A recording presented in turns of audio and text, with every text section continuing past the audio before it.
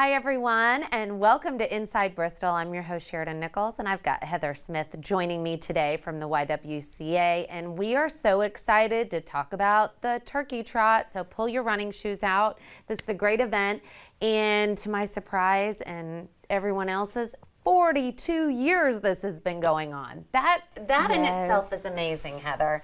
I mean, tell me about that. Like, how did we get to 42 years? So this actually started in the 1980s, and so there's just a lot of tradition and history that goes into this 5K women's race every year. And it is just something that the community just comes out and takes part in, and just to see that the power of the community that goes with this event is just amazing to see each year. It really is. And you think about that 42 years, I mean, this is really a favorite 5K. And I know people really get excited about it. And of course, registration is still open. Absolutely, absolutely. So how do you go about registering? So there's a couple of different ways that people can register for the event. They can go to www.ywcatnva.org, and you can find registration forms online. You can call, we can email you out a registration form, or you can just stop by the YWCA on State Street and pick one up. So we're going to make sure that you're going to be able to get a registration form any way you need to. That's great. And then what about the date? Obviously, we need to know the date. This year, it is going to be held November 19th. It will be starting at the YWCA parking lot, and you'll finish at the YWCA parking lot as well. Registration, with registration, pre-registration, there is a $30 registration fee, and then day of registration is $35 as well. So I was going to ask that. Can you actually register the day of? I know yeah, some people absolutely. are like, oh, we're not doing anything. We want to get out there and run. And do you have to run?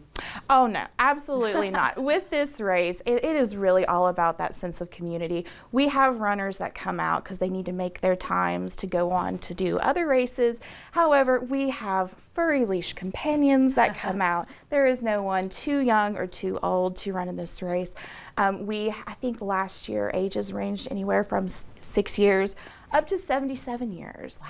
And, you know, women are bringing out their turkey hats from their closets and dusting them off in preparation for this race. So there's just so much that goes on, and people just come from all over to participate in it. And what about the proceeds? How does that help the YWCA? Yeah, absolutely. So all proceeds that are gotten from this 5K, they go right back into the YWCA to support our economic empowerment programs, such as, you know, our slide scale childcare, Moms Are Us, our Tech Girls program. And so you can just come out, have fun, and feel good about it. You're supporting an amazing nonprofit that's doing so much for the community. That's great. Am I missing anything? Anything you want to add? No, absolutely not. This is just, we are excited for our 42nd year, our 42nd turkey trot, and we're excited to have everybody come out and just ready to trot. And men can participate too. Yes, absolutely. Men can participate. However, they're not able to place in the race, but we are more than happy to have anybody to come out and just help and support. So we appreciate everyone. That's great. Thank you so much Thank you so much for having me. I appreciate it. Yeah, don't go anywhere. We'll be right back. Hi everyone, and welcome back to Inside Bristol. I'm your host Sheridan Nichols, and I've got Major Lori Gillum with me today from the Salvation Army, and we're talking about two of my favorite holiday ways to give back. I know, it's just around the corner. I know. So let's start with the angel tree. Okay, let's do it. Let's do it. We've been actually signing up for Angel Tree all of October. It's online, and it's easy to get to. So far, we have real close to 570 families signed up. So we're in trajectory probably to have about 700 that we're going to be helping. And actual angels will be printed on October 30th. And I already have one place that's adopted 100 angels. Wow. And then we have, if anybody ever wants to adopt, like churches, other businesses, you just got to call me up, and I will be happy to deliver them to you personally. But they will be printed October 30th, but they won't be in Walmart stores. The angel tree is normally see it in Walmart. Right. They go in November 14th. to the store. So they'll actually be in store on November 14th. Okay, perfect. And then what else do we have coming up? Well, we also have kettles coming up. So all those little red buckets are coming back out. It's our biggest fundraiser that we do during the year. So we'll start that on November 19th at all different kinds of places, Rural King, Sam's Club, Walmart's, just everywhere that we can. Food City is another one that we do. I was just going to say grocery stores. Yeah, grocery stores. So that will happen November 19th. We're looking for volunteers for that. If you, I think I have registertoring.org. Okay. They can go on there if you want to volunteer, because we're looking for volunteers. Our goal is to have all of our Saturdays volunteer. Okay. All filled with volunteers. That's the goal this year, and we ring from November 19th to Christmas Eve. Oh, wow. I guess I didn't realize it went all the way to Christmas Monday Eve. through Saturdays. Sundays we do not ring. So. Okay. Oh, nice. Yeah. And what are the time slots for those typically? We normally start at 10 a.m. and we ring until 8. Okay. But when it comes to volunteers, they can take 2-hour slots. We have some businesses that take the whole day. We do have a way that businesses can actually sponsor a kettle, and they can do that. We call it the Christmas 5K. And so, if you want more information about that, feel free to call us. If you can't get on to Register to Ring, you can call the office, and we can get you set up on Register to Ring for volunteers. And for those who don't, you always assume, everybody knows about both of these services that you do, but for those who may be watching that aren't familiar, tell us a little bit about Angel Tree and how it helps. Angel Tree every Christmas helps families who can't afford Christmas, and what we do is the community in large adopts angels, and they buy clothes and toys and shoes and coats, and we put it all together, and everywhere from a one-person family to 8 children in a family.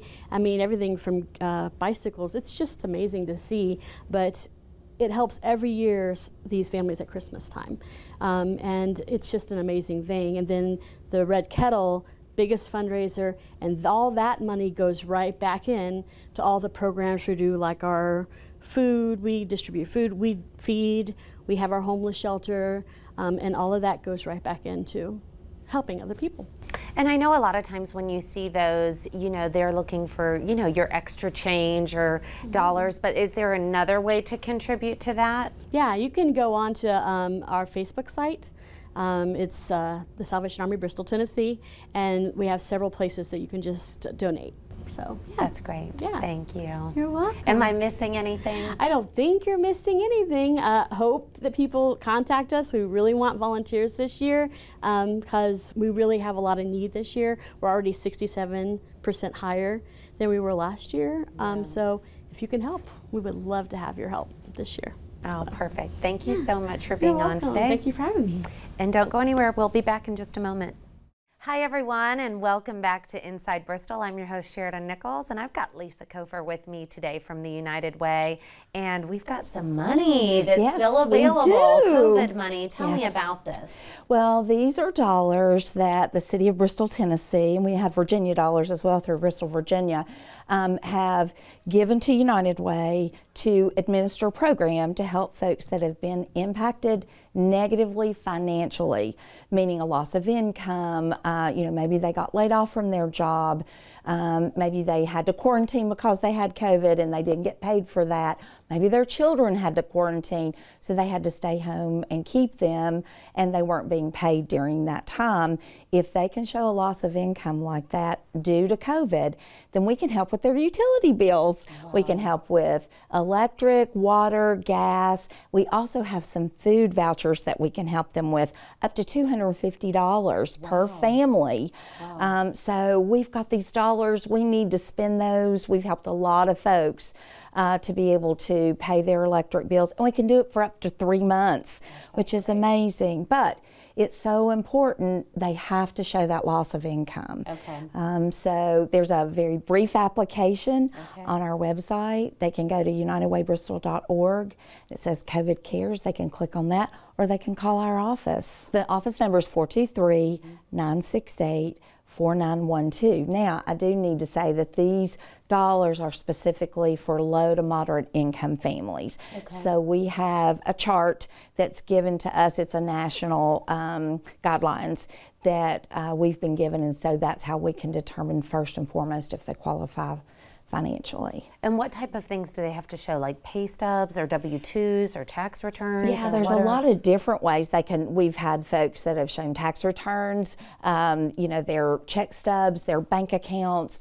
Sometimes we require a letter, maybe from an employer if they don't have, maybe they get paid different than, you know, everybody else gets paid, then sometimes we'll have to reach out and get them to ask their employer to provide something that shows that they were off and they didn't get paid that during that time. Okay. But Andrea Birchfield in our office is our resource coordinator. She's the person that answers the phone, and she can answer any questions, you know, if they're just really not sure.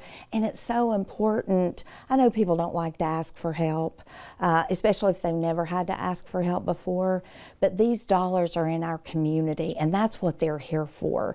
Mm-hmm. And the sad thing about it is if we don't spend them, then we don't get to keep them here in our community. So we want, and what that does for our families is if we can help pay up to 3 months of their utility bills, help with $250 in food vouchers, that frees up their dollars to pay for their rent or to get caught up in another way and just to stabilize themselves. And we have a lot of other resources that we can connect them to help with, you know, this crisis situation they're facing.